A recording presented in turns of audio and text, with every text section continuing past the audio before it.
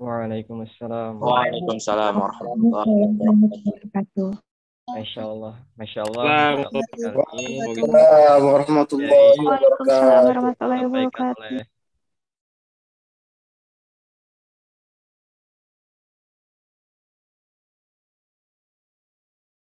oleh ya tentunya sangat banyak sekali ilmu yang bisa kita petik pada penyampaian materi tadi. Untuk sesi selanjutnya kepada teman-teman, izin Ustaz meminta teman-teman yang sekiranya ada yang ingin ditanyakan, baik terkait apa yang disampaikan tadi, kami persilakan untuk mengaktifkan fitur raise hand atau menulis pertanyaan di kolom komentar. Untuk sesi pertanyaan, kami buka 3 pertanyaan, dipersilakan untuk raise hand atau menulis di kolom komentar.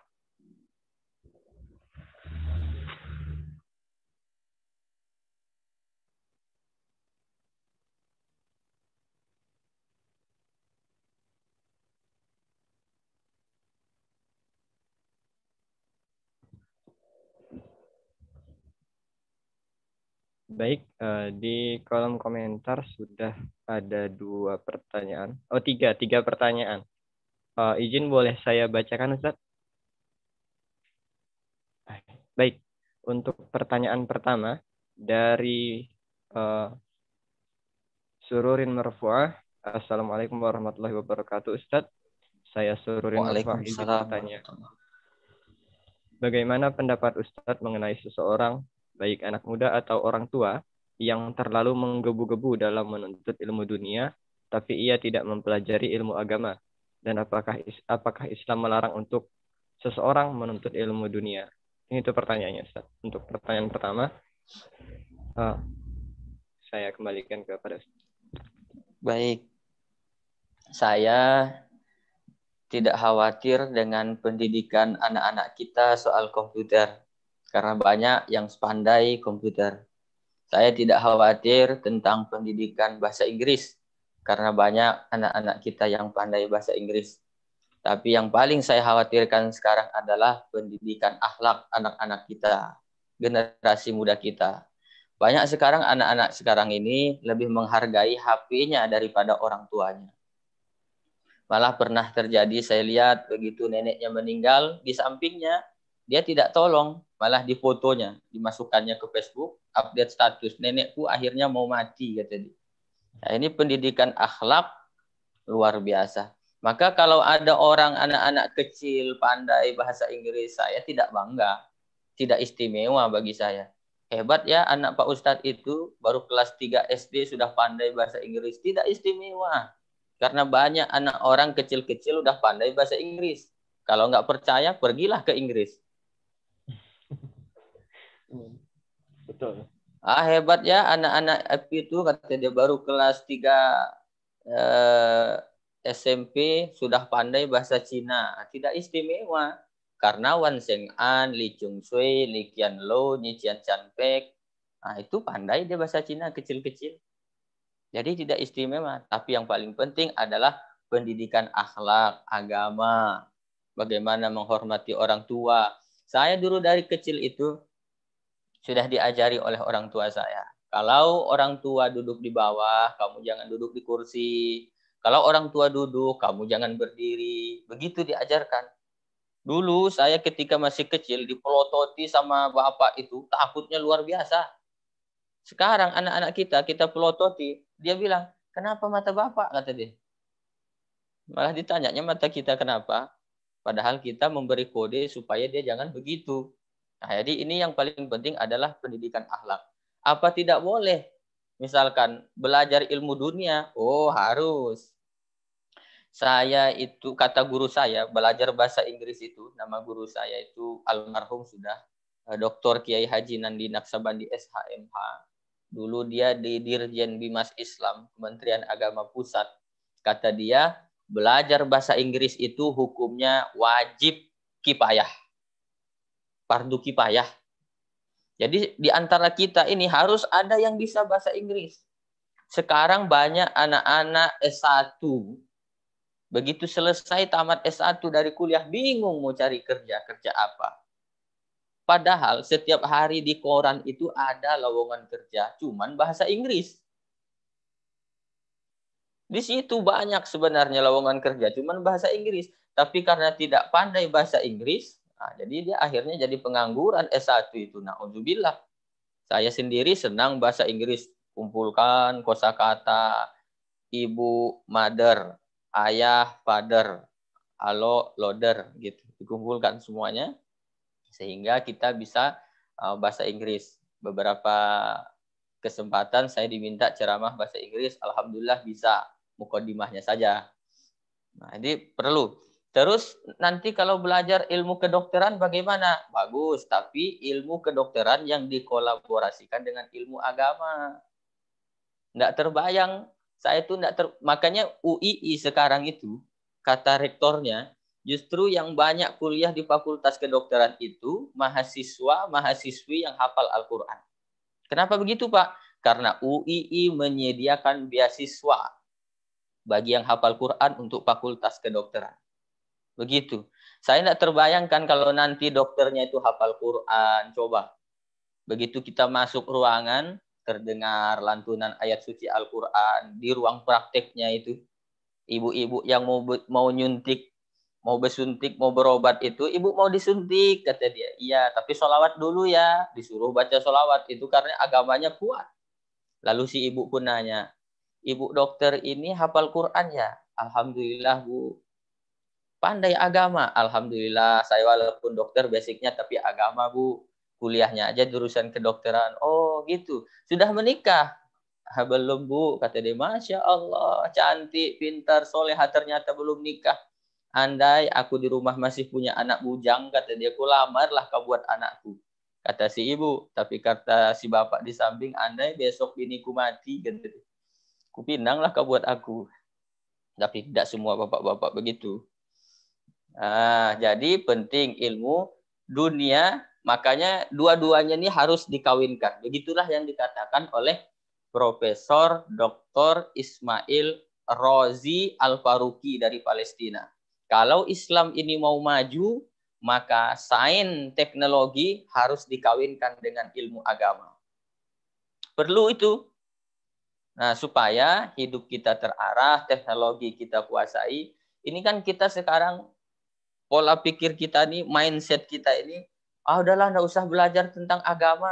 Atau ada juga nggak usah belajar tentang teknologi, kita tahlilan saja, kita ngaji aja, lalu tidak belajar teknologi. Akhirnya coba lihat sekarang, teknologi dikuasai oleh Barat.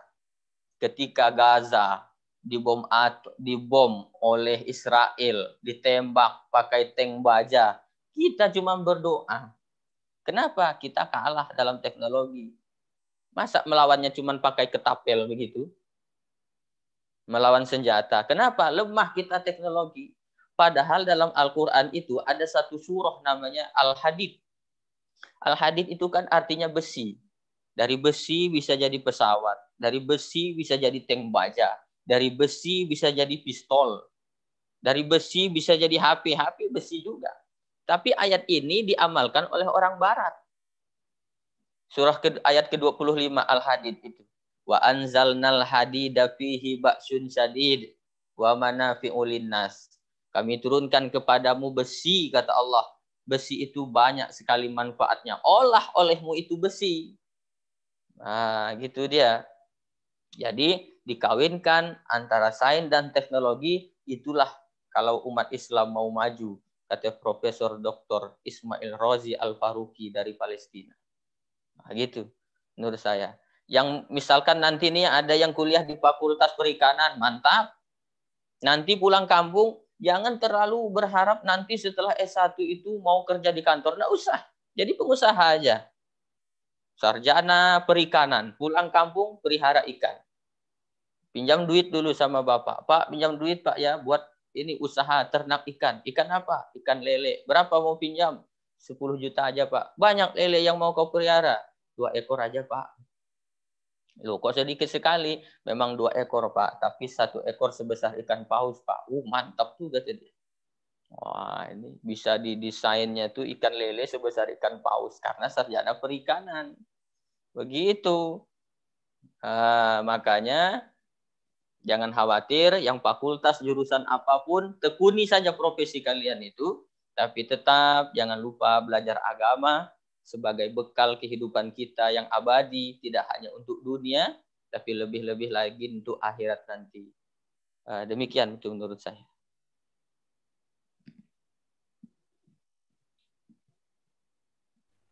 Masya Allah sekali. Tadi jawaban untuk pertanyaan yang pertama. Saya izin membacakan pertanyaan yang kedua, Ustadz.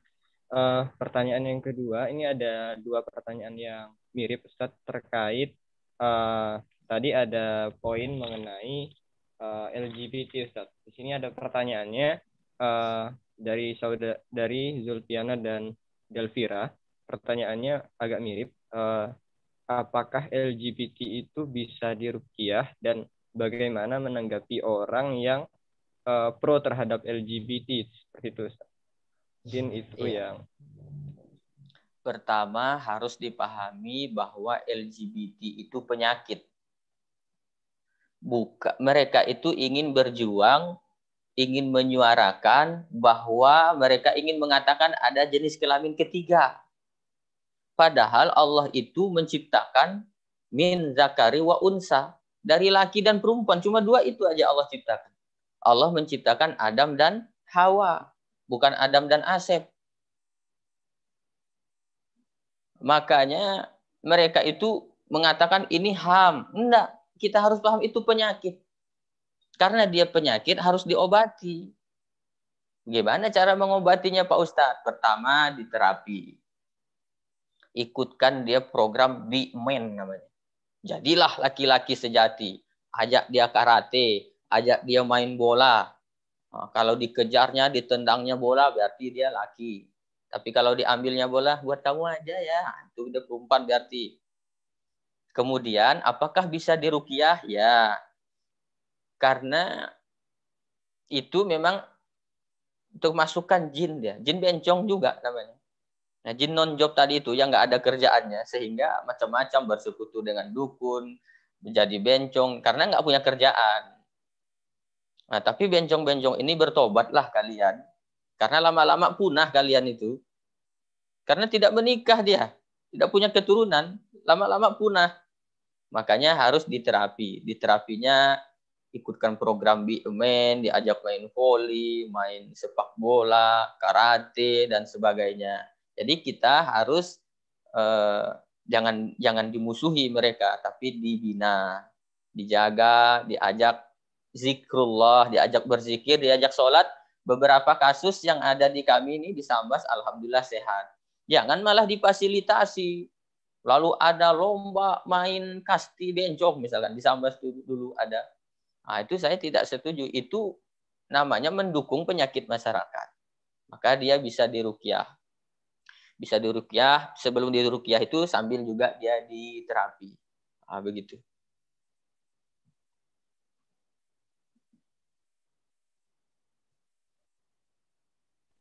mungkin sedikit menambahkan pertanyaannya tadi, Ustaz. Kalau yang menyikapi teman yang pro terhadap itu bagaimana ya? Pro terhadap LGBT. Iya. Almar'u ma'aman ahab, kata Nabi. Orang akan bersama siapa yang dia cintai. Jadi ketika ada seorang budak di peluknya Nabi, ya Rasulullah, di peluknya Nabi nih. Rasulullah heran, kenapa kau peluk aku?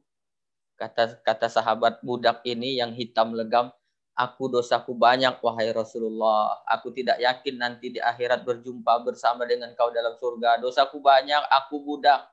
Biarlah di akhirat aku tidak jumpa dengan kamu wahai Rasulullah, tapi dunia ku peluk, ku tempelkan kulitku yang nista, yang hina ini kepada kulitmu yang mulia. Nabi tersenyum, almar'u ma'aman ahab, kau akan bersama orang yang kau cintai. Maka yang pro terhadap LGBT akan dibangkitkan di akhirat bersama LGBT. Nah, maka kita itu bukan HAM menurut saya, tapi penyakit yang harus diobati. Kalau ada teman kita yang pro LGBT silakan, itu pilihan dia. Tapi tugas kita watawasau bil haq, watawasau bis sabr. Tugasku menyampaikan, setelah aku sampaikan, selesailah tanggung jawab kita. Ini pun sudah saya sampaikan. Kalau tidak saya sampaikan, saya akan dituntut di hadapan Allah di akhirat nanti. Hai Ustadz Hatoli, kau kan kutakdirkan, ku kasih ilmu jadi Ustadz kau. Sudahkah kau sampaikan hal ini? Sudah ya Allah. Ada rekaman Zoomiyahnya kata saya. Coba dibuka lagi itu. Ada. Alhamdulillah sudah saya sampaikan. Nah, gitu. Ada gitu menurut saya. Baik, terima kasih untuk jawabannya, Ustaz. Masya Allah sangat terjawab mungkin ya untuk teman-teman yang bertanya mengenai perihal LGBT tadi. Ini Masya Allah kita sampai jam 11 ya, Insya Allah. Oh iya, baik, siap Ustaz. Ini Masya Allah sekali sangat banyak pertanyaan dari dari teman-teman. Saya juga sedikit kebingungan untuk membacakan pertanyaan yang mana Ustaz, karena Masya Allah sekali antusiasme teman-teman untuk bertanya. Mungkin di sini terdapat lebih dari 10 pertanyaan, belasan mungkin. Ya, sebisanya saja. Ya, izin membacakan dari yang paling awal saja mungkin Ustaz ya. Silakan. Ya, di sini pertanyaan ketiga pertama di sini datang dari saudari Dela Puspita dan saudari Dian yang pertanyaannya hampir mirip mengenai sosial media ini, Ustaz. Pertanyaannya mengenai sosial media. Pertanyaannya, apa yang harus kita lakukan ketika melihat seseorang mengerjakan hal yang dilarang Allah, semisal mengumbar kemesraan di media sosial yang padahal nyatanya belum halal, dan bagaimana terhadap orang yang menonton atau membaca tentang boys love. Boys love itu apa ya? Saya kurang update ini. Tapi intinya adalah bagaimana yang mengumbar kemesraan di medsos dan bagaimana hukumnya kita mengupload foto diri di medsos, seperti itu pertanyaannya. Iya. Terkait masalah mengumbar kemesraan di hadapan umum, itu jangankan yang belum halal, yang halal saja dilarang secara etika ya, secara akhlak. Walaupun itu sah, misalkan istri saya, masa saya misalkan berpeluk misalkan berciuman di depan umum, itu tidak boleh. Itu sudah tidak berakhlak walaupun halal istrinya. Apalagi lah yang belum halal. Untuk teman-teman yang perempuan, sadarlah. Kalau kalian misalkan melakukan perzinahan, itu yang paling dirugikan tuh perempuan sebenarnya. Yang hamil 9 bulan 10 hari itu siapa? Perempuan. Yang muntah-muntah sakit perut siapa? Perempuan. Yang bersimbah darah, meregang nyawa, melahirkan anak, perempuan. Laki-laki enjoy saja, dia gontai. Makanya pesan Nabi untuk laki-laki, ma akramahunna illa karimun wa ma ahanahunna illa laimun. Tidak ada yang memuliakan perempuan kecuali laki-laki terhormat, dan tidak ada yang melecehkan perempuan kecuali laki-laki yang hina. Ini kan dulu di zaman Rasulullah ada seorang preman itu mau masuk Islam. Wahai Rasulullah, ya, saya mau masuk Islam. Terus, tapi saya tidak mau meninggalkan perbuatan zina. Umar bin Khattab mendengar pernyataan itu, mau ditebasnya aja leher preman itu. Sabar bro, kalau istilah kita. Santuy. Apa kata Rasulullah? Bagaimana kalau ibumu dizinahi orang? Tentu saya marah, kata dia. Bagaimana kalau kakak perempuanmu dizinahi orang? Tentu saya marah. Nah, begitulah juga orang lain. Begitu kata Nabi, langsung kena ke hatinya. Apa artinya? Yang laki-laki, ingat, kalian punya ibu perempuan, kalian akan punya adik perempuan, istri kalian nanti perempuan. Gimana perasaan kalian kalau ibu, kakak perempuan kalian digitukan orang? Tentu tidak enak. Kita akan punya adik perempuan. Makanya lelaki yang terhormat sebenarnya adalah yang menjaga kemuliaan kehormatan perempuan. Jangan dihinakan. Perempuannya juga harus sadar bahwa mereka itu adalah pencetak generasi bangsa yang akan datang. Makanya kata Nabi, dalam memulai proses pendidikan anak, bukan dari sejak hamil, bukan dari sejak anak itu tahu kosakata, bukan sejak anak itu bisa merespon keadaan, tapi pendidikan anak dimulai, kata Nabi, sejak memilihkan calon ibunya. Kalau rusak perempuan, maka rusaklah negara ini. Jadi sekarang bagaimana kita untuk mengingatkan? Saya nih Ustadz, hanya bisa ngomong saja. Hanya bisa ngomong, jangan pacaran, jangan dekati zina. Karena memang tugas saya ngomong.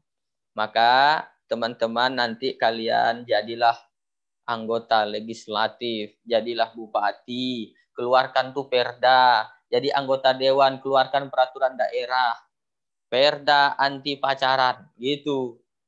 Anak-anak muda tidak boleh keluar malam kecuali hanya sampai jam 10.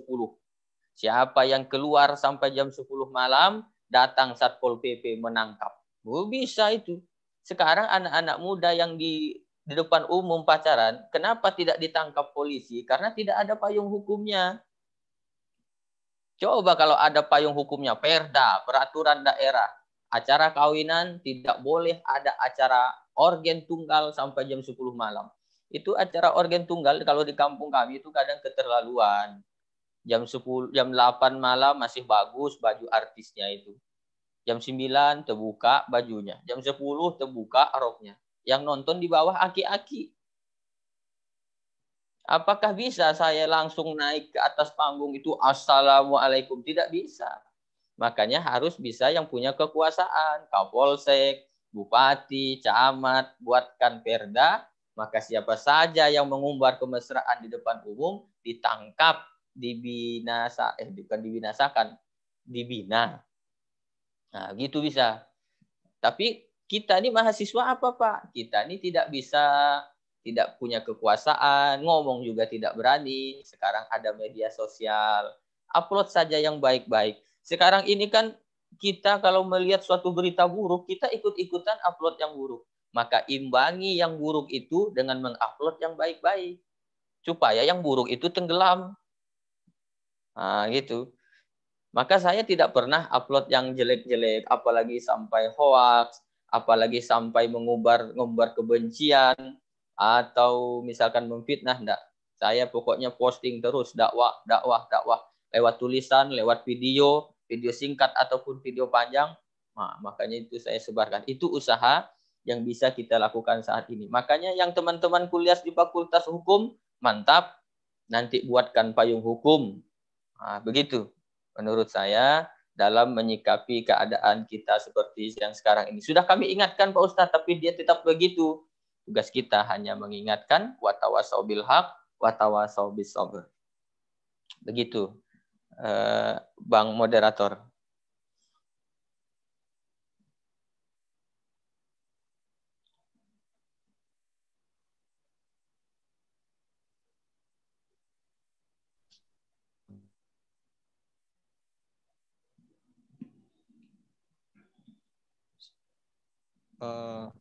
Sebelumnya mohon maaf, di akun saya yang satunya terjadi kendala, jadi saya pindah device. Baik, teman-teman, mungkin karena sudah menunjukkan jam 11 ya, jadi mungkin untuk pertanyaan, untuk sesi tanya jawab kita cukupkan sampai di sini. Dan untuk pertanyaan selebihnya mungkin nanti akan coba kami sampaikan ke Ustadz ya, Ustadz. Nanti Ya, coba kami sampaikan, dan insya Allah pertanyaan-pertanyaan yang terpilih mungkin nanti bisa dijawab oleh Ustadz. Ya, insya Allah nanti pertanyaannya dikirimkan ke saya, nanti saya jawab lewat video. Insya Allah nanti saya kirim balik videonya. Oh iya, Masya Allah. Baik, ya, di lain waktu dan kesempatan insya Allah. Ya, baik, insya Allah. Amin. Mudah-mudahan ya, Ustadz ya. Baik, terima kasih banyak Ustadz atas materi dan tanya jawabnya. Masya Allah sekali, sangat banyak sekali ilmu yang kami dapat, banyak wawasan yang kami peroleh. Untuk selanjutnya, untuk menutup acara ini, izinkan saya membaca sedikit kesimpulan dari tanya jawab dan materi tadi, Ustadz. Ya, silakan. Baik. Jadi pada penyampaian materi kita juga kita sudah belajar mengenai apa makna hijrah untuk menguji atau melihat bagaimana istiqomah kita. Lalu kita juga sudah belajar hal-hal apa saja yang bisa merusak generasi pemuda. karena bahwasanya Ustadz telah menyampaikan bahwasanya generasi muda saat ini adalah pemimpin di masa depan. Dan kita juga sudah mendapatkan ilmu mengenai bagaimana cara istiqomah dan apa esensi hijrah serta beberapa pertanyaan mengenai LGBT tadi, mengenai sosial media dan lain sebagainya. Semoga teman-teman bisa menerapkan gitu ilmu yang sudah diperoleh pada kesempatan pagi hari ini. Untuk menutup acara ini, marilah sama-sama kita menutup dengan pembacaan doa yang akan dibacakan oleh Saudara Firman Alamsyah. Kepada Saudara Firman Alamsyah kami persilakan. Bismillahirrahmanirrahim. Sebelum menutup acara kita mengharap ya keberkahan acara ini dan mengharapkan ridho Allah Subhanahu wa taala. A'udzubillahi minasyaitonirrajim. Bismillahirrahmanirrahim. Alhamdulillahirabbil alamin. Hamdash syakirin, hamdan na'imin, hamdan yuafi ni'amahu wa yukafi mazidah. Ya Rabbana lakal hamdu kama yanbaghi li wajhikal karim 'azimi sultanik. Allahumma shalli ala sayyidina Muhammad wa ala ali sayyidina Muhammad. Allahumma inna nastaudi'uka ma 'allamtanahu farudhu ilaina inna hajatina ilaihi ma la tansanahu ya rabbal alamin. Allahumma inna na'udzu bika minal ilmin la yanfa' wa min qalbin la yakhsha wa min nafsin la tasba' wa min da'watin la yustajabu laha. Allahumma inna nas'aluka ilman nafi'a wa rizqan thayyiban wa amalan mutaqabbala. Ya Allah, ya Tuhan kami memohon ilmu yang bermanfaat, rezeki yang baik dan ilmu dan pekerjaan yang kamu ridhoi dan yang kamu terima ya Allah. Allahumma arinal haqqa haqqa warzuqna ittiba'ah wa arinal batila batila warzuqna ijtinabah. Ya Allah, tampakkanlah kepada kami bahwa yang benar itu benar ya Allah, dan berikanlah kami petunjuk untuk mengikutinya ya Allah. Dan wa arinal batilan batila warzuqna ijtinabah. Berikanlah petunjuk yang salah itu salah ya Allah, dan berikanlah kami petunjuk untuk menjauhinya ya Allah. Allahumma inna nas'aluka khaira hadzal yawm fathahu wa nasarahu nurahu wa barakatahu wa hudahu wa na'udzu bika min syarri ma fihi wa syarri ma ba'dah. Allahumma dafa'anna al-ghala wal waba wal fahsya wal munkar wasyada'id wasada'id wal mihan ma dhahara minha wa ma batan min balahadina hadha khassah wa min buldani muslimin 'amma innaka 'ala kulli syai'in qadir. Rabbana afrigh 'alaina sabran wa thabbit aqdamana wansurna 'alal qaumil kafirin. Rabbana la tuzigh qulubana ba'da idh hadaytana wa hab lana min ladunka rahmah innaka antal wahhab. Wahai Tuhan kami, janganlah Engkau jadikan hati kami condong kepada kesesatan sesudah Engkau beri petunjuk kepada kami ya Allah. Karunikanlah kepada kami rahmat-Mu ya Allah. Rabbana atina fid dunya hasanah wa fil akhirati hasanah wa qina adzabannar. Ya Aziz, Ya Ghaffar, Ya Rabbal Alamin. Dawahum fiha subhanakallahumma tahiyatum fiha salam. Wa akhir da'wamin alhamdulillahi rabbil alamin walhamdulillahi rabbil alamin. Insyaallah. Terima kasih kepada Saudara Firman atas pembacaan doanya. Sekali lagi kami ingatkan sebelum menutup acara ini, kami ingatkan kepada teman-teman peserta untuk mengisi form kehadiran untuk mendapatkan sertifikat peserta dari Tabligh Akbar kali ini. Untuk menyempurnakan pembacaan doa, marilah sama-sama kita tutup Tabligh Akbar kali ini dengan membaca doa kafaratul majlis. Subhanakallahumma wa bihamdika asyhadu an la ilaha illa anta astaghfiruka wa atubu ilaik. Sekian dari kami. Sekali lagi kami mengucapkan terima kasih yang sebesar-besarnya kepada Ustadz atas penyampaian materi, dan terima kasih juga kepada teman-teman yang sudah menyempatkan waktu untuk hadir pada Tabligh Akbar kali ini. Saya mewakili panitia mengucapkan mohon maaf apabila ada salah kata. Sekian dari kami akhiri. Wassalamualaikum warahmatullahi wabarakatuh. Waalaikumsalam warahmatullahi wabarakatuh. Terima kasih semuanya. Semoga sehat selalu, panjang umur, berkah dunia akhirat insyaallah. Amin. Assalamualaikum warahmatullahi wabarakatuh. Waalaikumsalam.